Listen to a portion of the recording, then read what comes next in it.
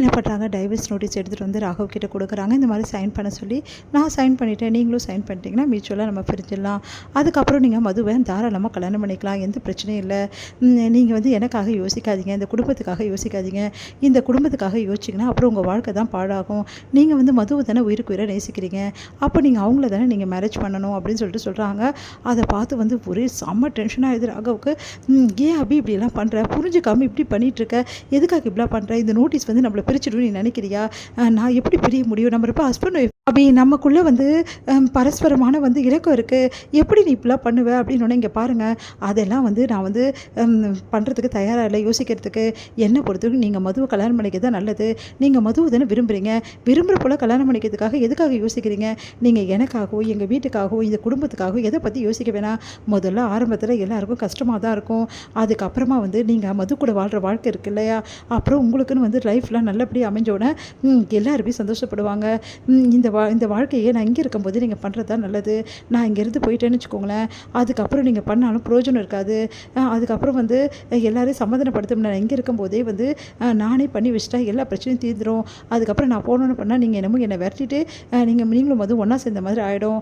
அதுக்காக தான் நான் சொல்கிறேன் அப்படின்னு. யார் என்ன நினச்சாலும் அதை பற்றி எனக்கு கவலை கிடையாது அப்படி. என்னை பொறுத்திருக்கு இந்த டைவர்ஸ் நோட்டீஸோ இந்த டைவர்ஸோ எனக்கு தேவையே கிடையாது.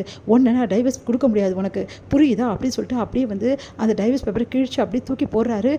இங்கே பாரு, உனக்கு ஒன்று சொல்கிறேன், நீ பண்ணுறது ரொம்ப பெரிய தப்பு, தேவையில்லாத வேலை செஞ்சிட்ருக்க. இந்த மாதிரி வேலை செஞ்சால் அப்புறம் நல்லா இருக்காது. நீ என்னை விட்டு பிரிஞ்சு போகணும்னு நினச்சின்னா அப்புறம் இதுவே வந்து பெரிய விளைவுகளை ஏற்படுத்த வேண்டியது இருக்கும், புரியுதா அப்படின்னு. ஏன் இப்படி பண்ணுறீங்க, எனக்கு ஒன்றுமே புரியலைங்க. நீங்கள் மதுவை விரும்புகிறீங்க, நானே நடுவில் நான் தான் இருக்கேன், உங்களுக்கு பிரச்சனையா? நானே நடுவில் வந்து விலகிக்கிறேன்னு சொல்கிறேன், அப்புறம் என்ன தாங்க உங்களுக்கு பிரச்சனை? இந்த வீடு, அதுக்கப்புறம் சம்பிரதாயம், சாங்கி இதெல்லாம் பற்றி யோசிக்காதீங்க. நான் சொல்கிறத கேளுங்க, நீங்களும் மதுவும் சந்தோஷமாக இருந்தால் எனக்கு அது போதுங்க அப்படின்றாங்க. ஏன் மறுபடியும் அதையே சொல்லிட்டு இருக்க? இங்கே பார், மது என் மனசில் இல்லை, போதுமா அப்படின்றாங்க. அதை கேட்டு அப்படியே அதிர்ச்சியாக பார்க்குறாங்க. நீங்கள் என்ன சொல்கிறீங்க அப்படின்னு. ஆமாம் அபி, என் மனசில் மதுவை நான் என்றைக்கும் மறந்துட்டேன். என்றைக்கு நம்ம இப்போ கல்யாணம் ஆச்சோ அப்போவே நான் எல்லாத்தையும் மறந்துட்டேன். இப்போ நான் உன் கூட தான் வாழணும்னு நினைக்கிறேன், போதுமா அப்படின்னு சொல்லிட்டு பயங்கரமாக கத்துறாரு. அப்படியே ஒன்றும் புரியாமல் அப்படி உறைஞ்சி போகிறாங்க. ஒன்றுமே புரியாபிக்கு இது எப்படி நடக்கும், இவர் ஏன் கூட எப்படி வாழ முடியும், ஏன்னா இவரும் மதுவும் இந்த விஷயத்தை நான் இப்படி இவர்கிட்ட கேட்குறது. இங்கே பாருங்கள், நீங்கள் வந்து என் கூட வாழணும்னு நினச்சா கூட எல்லாருக்காகவும் வாழணும் தான் நினைக்கிறீங்க, எனக்கு புரியுது. ஆனால் உங்கள் மனசில் மது தான் இருக்காங்க. ஆனால் எல்லாருக்காகவும் என் கூட வாழணும்னு முடிவு பண்ணியிருக்கீங்க. ஆனால் அது நடக்கவே நடக்காது, யாருக்காகவும் யாரும் வாழ முடியாதுங்க, சொன்னால் புரிஞ்சுக்கங்க அப்படி சொல்லிட்டு போகிறாங்க. ஏன் இப்படிலாம் பண்ணுறானா, இவ்வளோ சொல்லி கூட கேட்க மாட்டேங்கிறாளே அப்படின்னு சொல்லிட்டு செம்மையாக டென்ஷன் ஆகிறாரு. உடனே வந்து மது கிட்ட வந்து பேசுகிறாரு.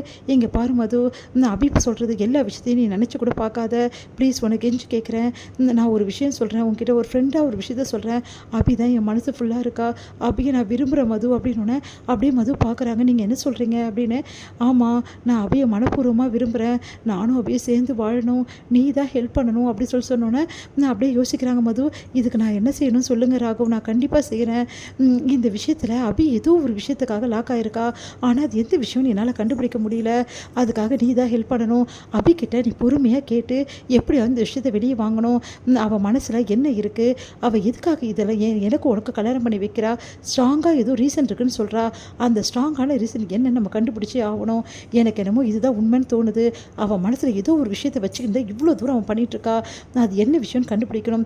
அதுக்கு நீ தான் வந்து ஹெல்ப் பண்ணணும் மது, நான் எவ்வளோ கேட்டாலும் அவள் சொல்ல மாட்டா, நீ தான் பேசணும் அப்படின்னு. சரி ராகவ், நான் கண்டிப்பாக இதை பற்றி அவகிட்ட பேசுகிறேன், எப்படியாவது இந்த விஷயத்தை கண்டுபிடிச்சி உங்களுக்கு சொல்கிறேன்றாங்க.